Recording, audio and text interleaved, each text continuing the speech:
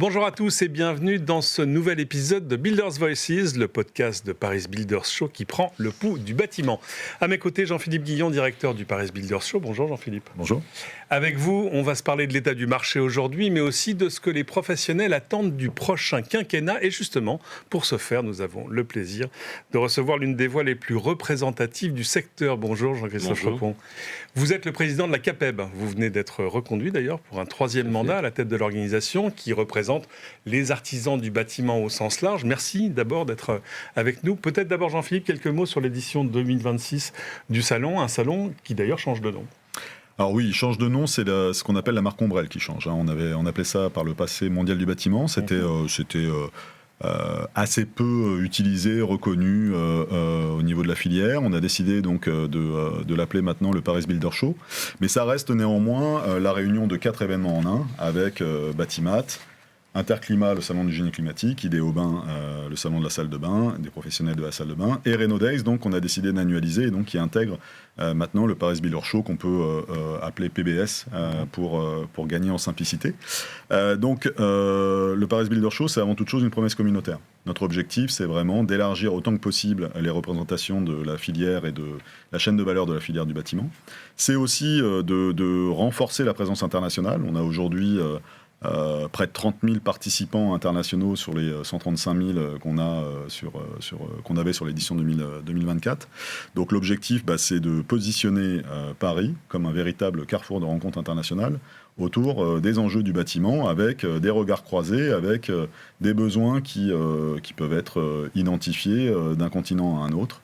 On a cette chance, et c'est la particularité de cet événement, d'être l'événement au niveau mondial qui a la plus grande profondeur de segments des matériaux représentés. Vous ne trouverez pas un seul événement avec autant de segments de produits. Vous aurez des gros événements dans le génie climatique avec ISH, Baoma, enfin des événements comme cela. Mais vous avez besoin de faire 3, 4, 5 salons pour avoir toutes ces solutions. Là, en 4 jours, vous trouvez toutes les solutions. Donc on va accentuer cette prise de conscience, parce que ce n'est pas forcément quelque chose qui était connu ou reconnu par le passé. Et puis on va énormément travailler sur les 3 grands axes qui font la réussite d'un salon et notamment de notre événement. Le networking, donc la rencontre, avec de plus en plus de lieux de rencontre et d'outils digitaux qui faciliteront également la rencontre et le retour sur investissement pour nos exposants. L'innovation, puisque c'est ce qui est attendu aussi sur un événement comme celui-ci, et on peut se réjouir pour l'événement 2026 d'avoir reçu près de 300 dossiers au concours des awards de l'innovation. Pas juste des nouveautés, des vraies innovations. Non, les innovations, on traite aussi les nouveautés, mais là on est vraiment sur l'innovation. C'est plus de 20% de croissance par rapport à l'édition 2024, donc dans le contexte qu'on traverse, c'est bien de voir que l'innovation est au rendez-vous, et c'est là aussi l'événement en Europe avec le plus grand nombre d'innovations qui est présenté, et puis plus de 500 conférences sur l'ensemble des enjeux du bâtiment, qu'on a d'ailleurs appelé le bâtiment en mouvement, puisque aujourd'hui la question n'est plus d'inventer quoi que ce soit. Je pense qu'on a été au bout de la démarche en termes de modèles, en termes de modélisation, en termes de procédés. Par contre, il va falloir prioriser, avancer pour s'adapter. Du contexte, justement, on va se parler, Jean-Christophe Repon. Si vous écoutez les artisans, si vous écoutez ceux qui sont vos adhérents, aujourd'hui, très schématiquement, qu'est-ce qui va pas ? Actuellement, moi, de ce que je retiens de la mondialisation actuellement, nous vivons la hausse des prix et les problématiques mondiales sur le détroit d'Ormuz. Donc nous, artisanat du bâtiment, nous vivons, je dirais, la 3e crise en très peu de temps, puisque nous avons vécu le Covid, comme tout le monde, je dirais. On a connu la guerre d'Ukraine, où on a eu une augmentation forte des prix, et puis la hausse de l'énergie dans la foulée. Et donc, on a pris à peu près 30% d'augmentation des prix de matériaux dans cette période-là. Et puis, après cette guerre d'Ukraine, les prix ne sont jamais redescendus. Et donc, l'activité était un peu en berne. Et là, on prend ce qu'on a, nous, qualifié la crise de trop avec le détroit d'Ormuz et l'augmentation à nouveau des prix de 5 à 25% sur l'ensemble des matériaux qui nous met une grande vigilance. Donc, on a un tissu d'artisans assez assez, je dirais, un peu pas au bout du rouleau, mais vraiment exaspérés de l'environnement et l'incapacité de se projeter dans l'avenir. Donc c'est pour ça que des rendez-vous comme ça, c'est essentiel pour se ressourcer, échanger et trouver des solutions pour l'avenir. On a des artisans qui ont pris sur eux pendant des années et qui ont espéré revoir. Nous, on espérait vraiment en 2026 reprendre une activité. On avait mis une hypothèse qui était tout à fait raisonnable à 0,5%, et on s'aperçoit qu'en début d'année 2026, on est à moins de 2,5%. Donc ça veut dire qu'on a détruit 30 000 emplois, que les artisans sont usés, fatigués, et dans le contexte économique et politique de l'année 2026, on n'a pas vraiment de sortie de crise potentielle devant nous, alors qu'on a un potentiel de marché qui est assez monumental. Donc on a un état des lieux des artisans assez fatigués, usés, un peu exaspérés, un peu radicalisés, et qui demandent à ce que l'entreprise artisanale du bâtiment puisse accéder au marché et que un climat de confiance vraiment revienne sur le marché français pour l'activité. Donc, convaincre les particuliers c'est le bon moment d'investir dans la pierre, de mieux vivre l'habitat en confort d'été, en confort d'hiver, en vieillissement de la population. Et donc, il nous faut des signaux forts pour remettre la confiance dans le marché de la rénovation, notamment. Dans tout ce que vous décrivez, qu'est-ce qui relève du conjoncturel et qu'est-ce qui est plus structurel ?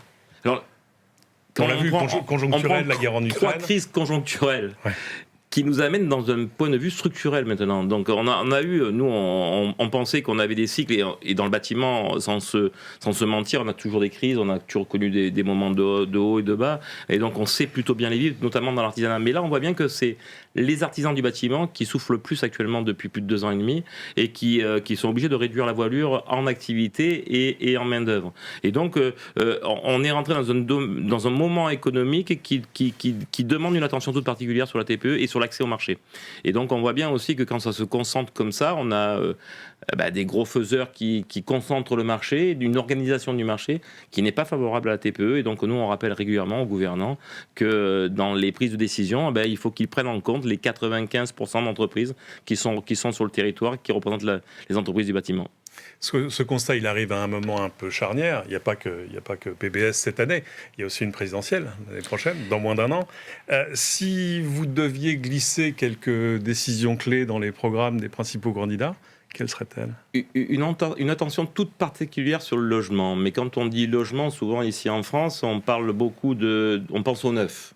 Et bien sûr que le neuf doit se porter bien et qu'il doit relever le défi du nombre de logements sur l'ensemble du territoire. Mais on oublie beaucoup que le stock, on en a parlé un peu cet hiver quand on a parlé des passoires énergétiques qui ont été remis à la location, les 700 000 logements énergivores qu'il faut remettre à hauteur pour les louer.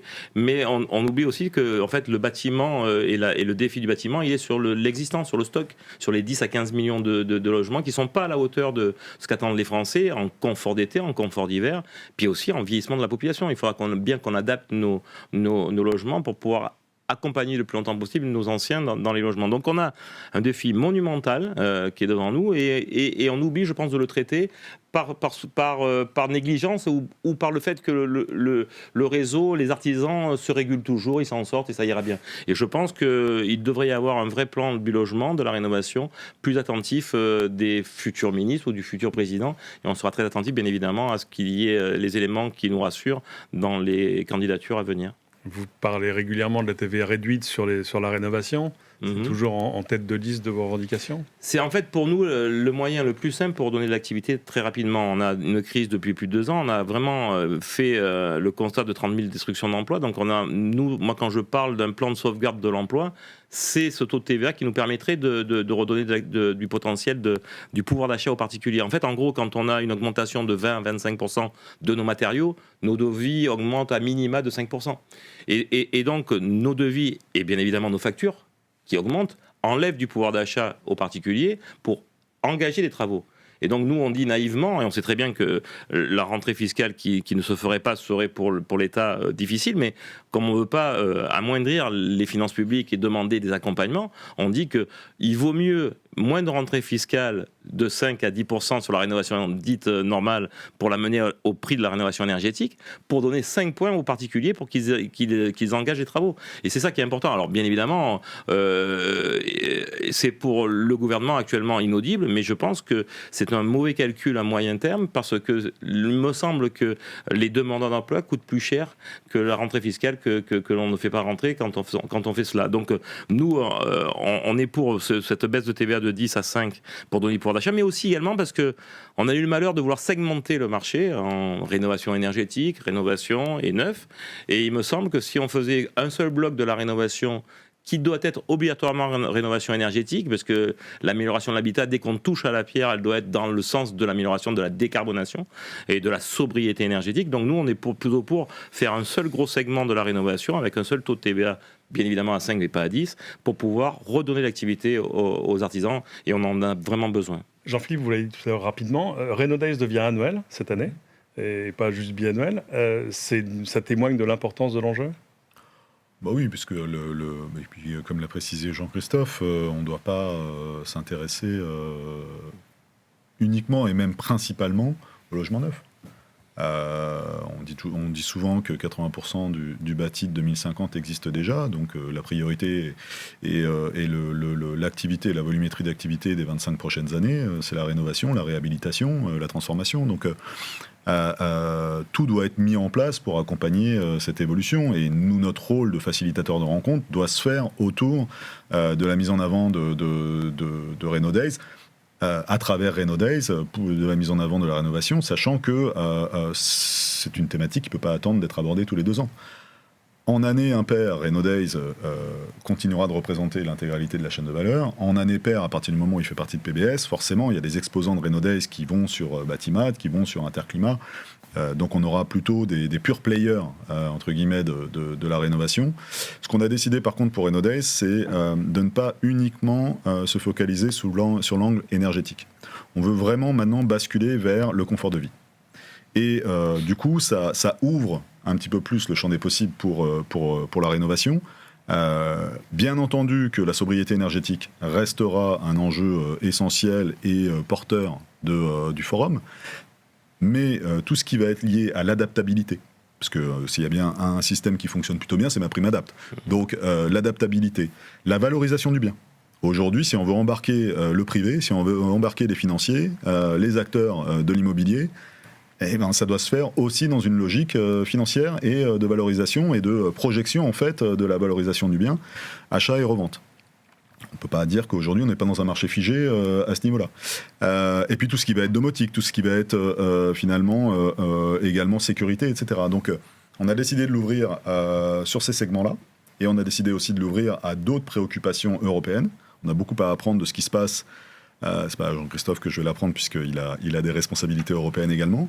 De l'Italie, de l'Allemagne, de l'Espagne, de la Belgique, du Portugal. Donc on abordera aussi dans notre contenu et dans l'édition autonome de l'an prochain les grandes thématiques de la rénovation de ces marchés. Jean-Christophe répond. Autre enjeu sur lequel je ne vous attendais pas, on s'en parlait en préparant cette émission, le basculement des flottes, les véhicules qu'utilisent vos artisans. C'est un sujet d'importance. Alors il a été pour nous très prégnant il y a quelques années. Alors on ne sait pas où on en est trop sur les ZFE. Et qui, pour nous, posait un vrai problème d'accès au marché pour rentrer dans les centres-villes. Et on avait demandé en 2021, les sujets reviennent régulièrement à l'époque au ministre de l'économie, Bruno Le Maire, de faire un plan vraiment de changement de notre flotte gasoil en flotte électrique ou hybride s'il fallait, mais au moins électrique, pour pouvoir accéder à ces marchés-là. Donc les ZFE, alors du coup, on ne sait plus trop si elles sont encore potentiellement dans la course, dans les futures lois à venir, mais quoi qu'il en soit, pour ne plus subir les hausses d'énergie comme on l'a vécu là, sur le détroit d'Ormuz, on a à peu près 700 000 à 900 000 véhicules à basculer, et on s'aperçoit que nous, artisanat, on travaille souvent en proximité, et la flotte, les produits qui sont actuellement sur le marché, sur les petits véhicules, on est un peu des fois en difficulté sur les gros engins, mais ça avance vite, nous permettrait de pouvoir basculer, de ne plus être assujetti à ces hausses d'énergie, et de pouvoir même, si on le pouvait, charger nos voitures dans nos ateliers et puis être autonome dans ces flux. Donc c'est une baisse de nos charges.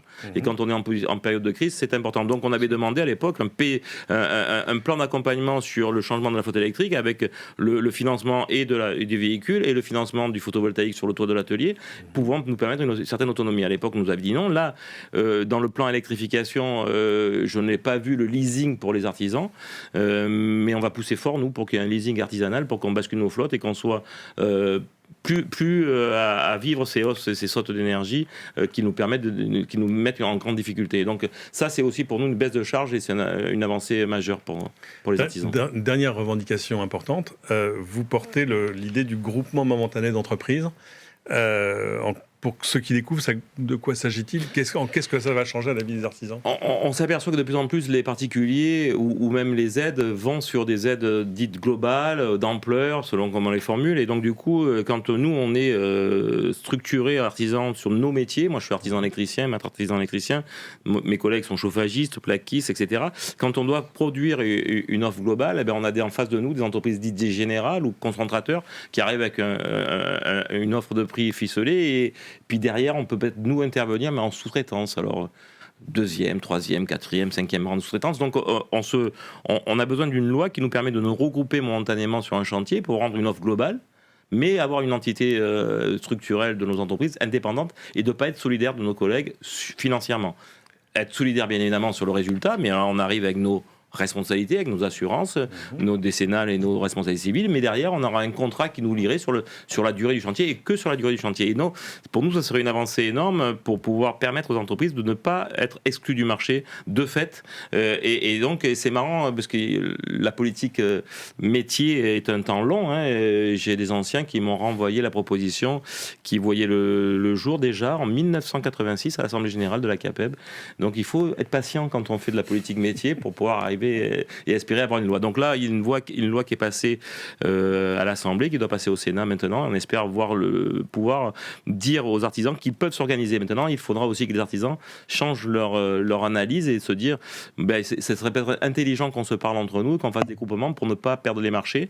Et ça, c'est essentiel pour aller sur un marché dit global ou de rénovation d'accessibilité. Quand on a besoin de maintenir des personnes âgées le plus longtemps possible dans l'habitat, il faut avoir plusieurs corps de métier, mais également aussi pour que dans le même corps de métier, on ait plusieurs maçons à 1 ou 2 salariés qui se regroupent pour accéder à un marché de plus grande importance qu'ils ne pourraient pas faire seuls. Et donc ça, c'est pour nous important.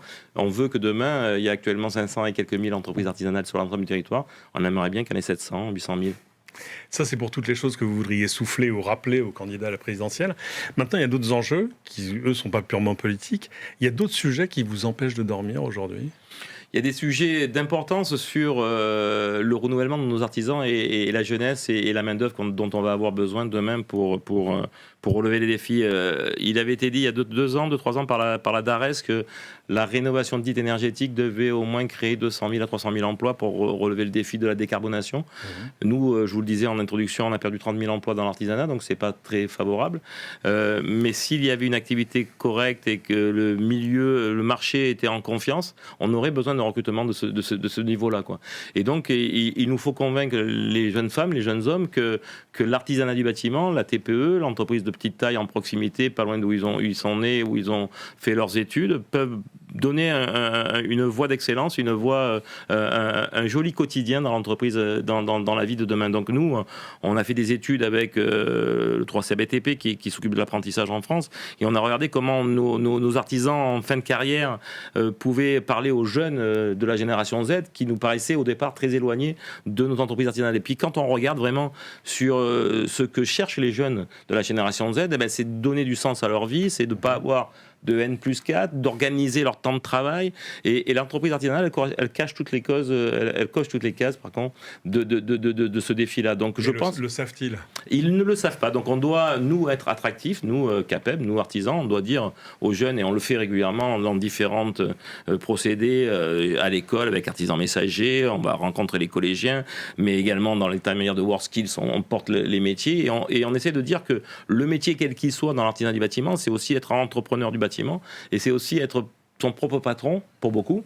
On peut être salarié d'une entreprise artisanale, bien évidemment, mais c'est un projet de vie, un vrai projet de vie qui a du sens. Et il faut le porter. Alors, il y a souvent eu un déficit d'image ou une gêne à représenter un artisan. Mais moi, j'essaye, depuis qu'on est à la présidence avec notre équipe, de redire qu'il faut au contraire être fier d'être artisan et de porter ces valeurs-là dans l'ensemble du territoire. Nous créons des richesses dans l'ensemble du territoire. Il y a des études qui ont prouvé que l'emploi dans les 40 dernières années ont été créés dans les TPE, pas que du bâtiment, mais dans les TPE, et que donc, territoire par territoire, on agrège une vraie puissance économique, une vraie ressource économique, et puis qu'on forme des jeunes dans nos entreprises. 80% des entreprises, des apprentis, sont formés dans les TPE. Donc on a besoin d'avoir ce maillage-là, et d'avoir cette force économique et sociale. Et donc, j'engage les jeunes femmes et les jeunes hommes à rejoindre beaucoup l'artisanat du bâtiment. C'est un modèle de la construction qui est un peu à part et qui raconte une autre histoire que la construction des grands immeubles, des grandes grues qu'on voit régulièrement. Il y a un métier qui est à part, qui est un segment de métier à part, qui est l'artisanat du bâtiment, et je les invite à nous rejoindre. Jean-Philippe, PBS prend sa part de la valorisation des métiers. À votre avis, Cédric?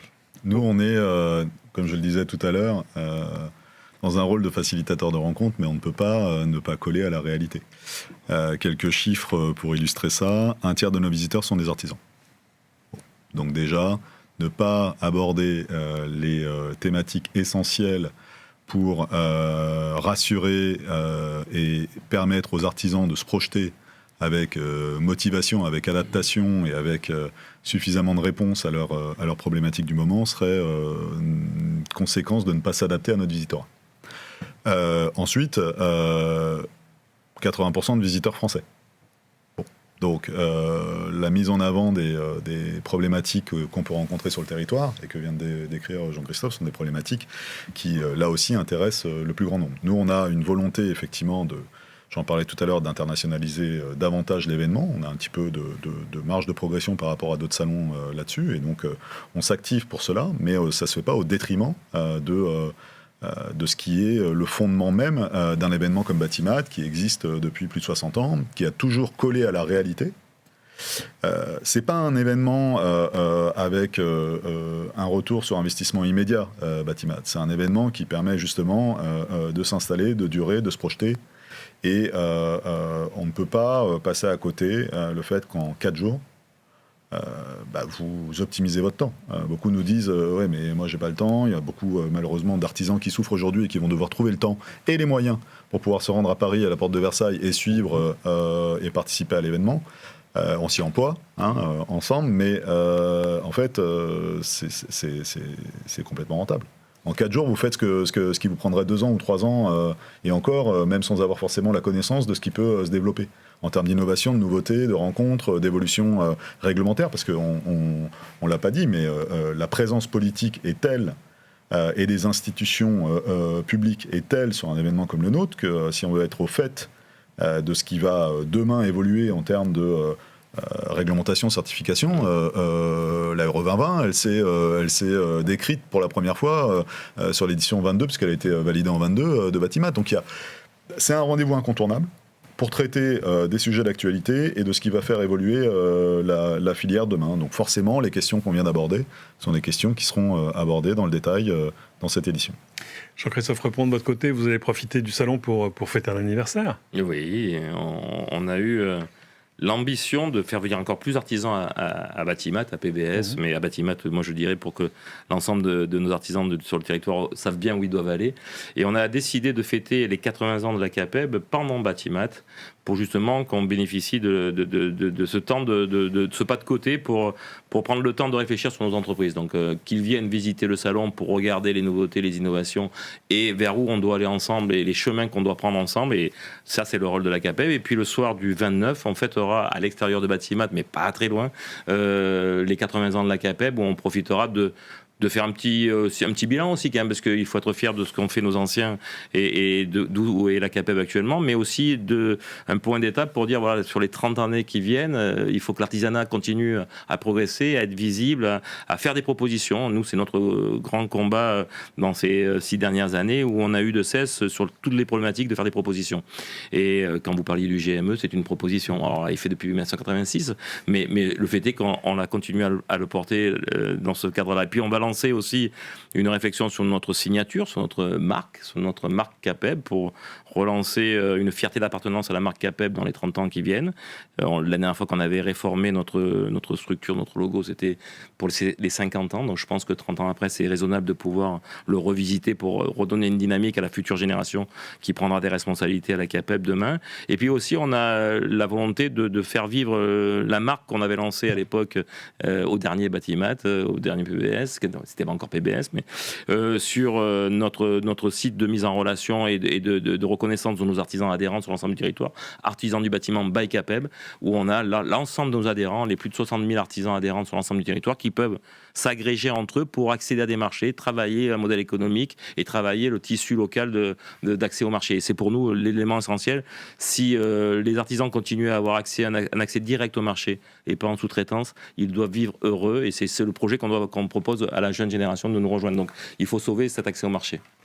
Jean-Philippe, à côté des 80 ans de la Capeb, il y aura aussi d'autres temps forts dans le salon. Oui, on va essayer quand même de proposer autre chose, même si ça va être difficile de lutter. 80 ans de la Capeb, donc il faut le rappeler quand même. Et donc on a effectivement un grand nombre d'événements. Alors déjà, pour rebondir sur ce que disait Jean-Christophe par rapport à la formation et la reconversion, c'est un des axes essentiels de cette édition. On a toujours des organismes et des organisations de formation qui sont présentes, mais là, on va vraiment porter l'accent sur l'impact de l'IA, la transformation, le besoin. Moi, j'ai eu la chance d'avoir une formation récente sur l'IA qui m'a enseigné quelque chose qui est rassurant pour notre filière, c'est que 7 des 10 métiers les plus protégés face à l'arrivée de l'IA sont dans le bâtiment. Donc déjà, ça veut dire qu'on doit, mais par contre, ça ne signifie pas qu'on ne doit pas se transformer. Ensuite, malheureusement, on manque de bras. Et donc, du coup, forcément, l'IA ne peut être qu'un agrégat d'ajouts, mais on va avoir besoin de pouvoir recruter et de pouvoir former. Et enfin, on a une jeune génération à attirer vers ces métiers, parce qu'aujourd'hui, c'est encore vu avec une certaine pénibilité. Donc, on a un rôle pédagogique à tous les étages de notre société, et à commencer par les politiques, pour revaloriser l'enseignement professionnel et puis faire en sorte que... on attire de plus en plus de jeunes dans une filière qui, elle, pour le coup, va recruter de façon massive. En marge de ça, il y a l'agenda politique. Vous en avez parlé. Donc, on aura un grand oral politique qui se tiendra le lundi après-midi. Je rappelle que l'événement est du 28 septembre du lundi 28 septembre au jeudi 1er octobre à la porte de Versailles. Donc ce grand oral politique, ce sont les candidats déclarés ou les représentants des principaux partis, si les candidats ne sont pas encore déclarés, qui seront présents et qui viendront... comme c'est rarement le cas, un salon B2B, donc un salon professionnel, pour justement écouter la filière, intégrer dans leur programme de l'an prochain les principaux besoins, exprimer et répondre aux enjeux, et puis se confronter d'une certaine manière dans la discussion de façon positive avec l'ensemble des experts de la filière. On aura aussi des moments forts avec, donc on a la confirmation de la présence de Philippe Aguillon et de Franklin Azy qui vont ouvrir en fait le bal et qui pourront d'ailleurs échanger avec Jean-Christophe et puis avec le président de la FFB et avec Benoît Bazin, le président de Saint-Gobain. Donc là, ça va permettre d'avoir un œil du prix Nobel de l'économie confronté à l'un des architectes les plus en vue aujourd'hui, et donc de pouvoir savoir un peu comment va évoluer notre modèle constructif. Le Sustainable Talk de Saint-Gobain, et puis des rendez-vous récurrents de présentation d'études, de livrables, le plan bâtiment durable, etc. Donc oui, il y aura beaucoup de choses à l'agenda de cette édition. Et puis 500 conférences. 500 conférences, parce que comme on rajoute Renaud Days, pour ceux qui ne connaissent pas Renaud Days, c'est pas un salon, c'est un forum. La distinction vient du fait qu'il y a un équilibre entre exposition et contenu. Et chaque exposant, d'ailleurs, participe à une conférence. Vous avez des modèles de conférences, masterclass et workshops qui sont sur des petites durées, qui sont très opérationnelles. Vous avez des tables rondes un petit peu plus institutionnelles. Mais donc, du coup, ça a rajouté une centaine de conférences supplémentaires au total qu'on avait déjà, qui était important sur la dernière édition. 500 conférences, c'est plus de 600 ou 700 speakers. Donc, et on aura 2 jours sur les 4 dédiés à des conférences internationales. Toutes les conférences seront traduites, avec la possibilité de les suivre avec un casque pour permettre justement aussi aux Français de bien suivre les conférences internationales en anglais et inversement. Donc voilà, c'est effectivement une programmation de contenu très riche et sur toutes les thématiques, puisqu'on touche à la fois les matériaux et les métiers sur Batimat, Interclimat et Déaubin, et puis on touche l'acte de rénover au sein de Renodex. Bien, on verra dans les mois à venir si les demandes des professionnels qu'on a entendues sur ce plateau se retrouvent dans les programmes des candidats. Vous allez d'ailleurs partager cet épisode aux candidats ? On va faire mieux que ça, c'est qu'on va non seulement leur envoyer les podcasts, les vidéos, pour ceux qui ne sont pas bien informés, ils puissent être au niveau de connaissance des priorités de la filière, et puis on va les sensibiliser sur les points essentiels dont certains ont été précisés par Jean-Christophe au niveau des priorités des prochaines années. Les stop and go des 2 dernières années, la dissolution, le manque de clarté dans le message politique, c'est en grande partie ça qui explique aussi l'attentisme et la situation dans laquelle on se retrouve. On espère que l'an prochain, on aura un vote net, massif et une priorité qui sera donnée, et qu'au moins on aura une politique assez stable. Et après, on aura tout le loisir de s'intéresser à son contenu. Mais oui, c'est évident qu'on doit bien préparer ce grand oral. Ça n'est jamais arrivé, un grand oral politique sur un événement B2B de cette ampleur. On est entre les municipales, la présidentielle. C'est le bon timing pour justement écouter, compléter et l'intégrer dans leur programme. Reste à savoir maintenant qui seront les têtes d'affiche ou les candidats déclarés à cette époque-là, mais on a déjà eu les cabinets ministériels et les cabinets des partis. Ils sont tous très engagés et très intéressés, donc pas de doute qu'il faut bien préparer l'événement pour qu'il ait un bel impact. Lors du grand oral, c'est des moments importants pour la filière, d'engager vraiment un climat de confiance et un discours cohérent pour que le public qui lui est consommateur de la rénovation, du mieux vivre, entende vraiment qu'il est important de ne plus attendre, quoi, et d'arrêter d'épargner, mais de plutôt d'investir dans le mieux vivre, l'habitat, au quotidien. Et on l'a vu avec les crises de canicule il y a peu encore, que le confort d'été comme le confort d'hiver est un élément essentiel de la sobriété, de la décarbonation. Et donc c'est vrai qu'il nous faut des discours clairs, de confiance, pour que le client qui regarde la télévision régulièrement, qui lit la presse, comprenne qu'il n'y a pas de risque à améliorer son habitat. Bien au contraire, il vivra mieux son quotidien. Les conférences, notamment internationales, elles ne sont pas là pour décrire un modèle qui parle peu aux visiteurs ou aux habitants français. Elles sont notamment là pour montrer ce qui va se passer demain. Lorsqu'on va être sur le confort d'été ou les thématiques environnementales du Maroc ou de Dakar, on en a parlé dans un autre podcast, c'est parce que c'est la météo dans 15 ou 20 ans dans le nord de la France. Donc, par contre, ce qui serait peu compréhensible sur cette édition, c'est qu'on n'ait pas une grande volumétrie de présence de ministres. Et voire même, on en parlait, si le Premier ministre, voire le Président, ne sont pas présents sur une édition aussi charnière pour le secteur, l'un des secteurs, si ce n'est le secteur le plus important de notre industrie, de notre économie, qui touche tous les particuliers, qui touche tous les habitants, si on n'a pas le plus haut niveau de la représentation politique pour venir écouter, influencer, et le peu de mois qui restera, faire en sorte que ce gouvernement termine toute une série d'avancées et puisse bien préparer la succession, c'est à désespérer. Donc nous, on s'emploie à ça, on a régulièrement des ministres, mais ce qu'on voudrait, c'est qu'il y ait vraiment une prise de conscience globale du gouvernement et du président. On partage totalement. Je vois que vous aussi, vous avez des revendications. Merci infiniment, Jean-Christophe Repon, d'avoir accepté notre invitation. Merci beaucoup, Jean-Philippe Guillon, d'être venu ici à mes côtés. C'est ainsi que se termine cette émission. Merci à vous tous de nous avoir suivis. Émission à retrouver en intégralité sur le site de Paris Builders Show et en audio sur votre plateforme de podcast habituelle. N'hésitez pas à la commenter et à la partager. Et à très bientôt pour le prochain épisode de Builders Voices.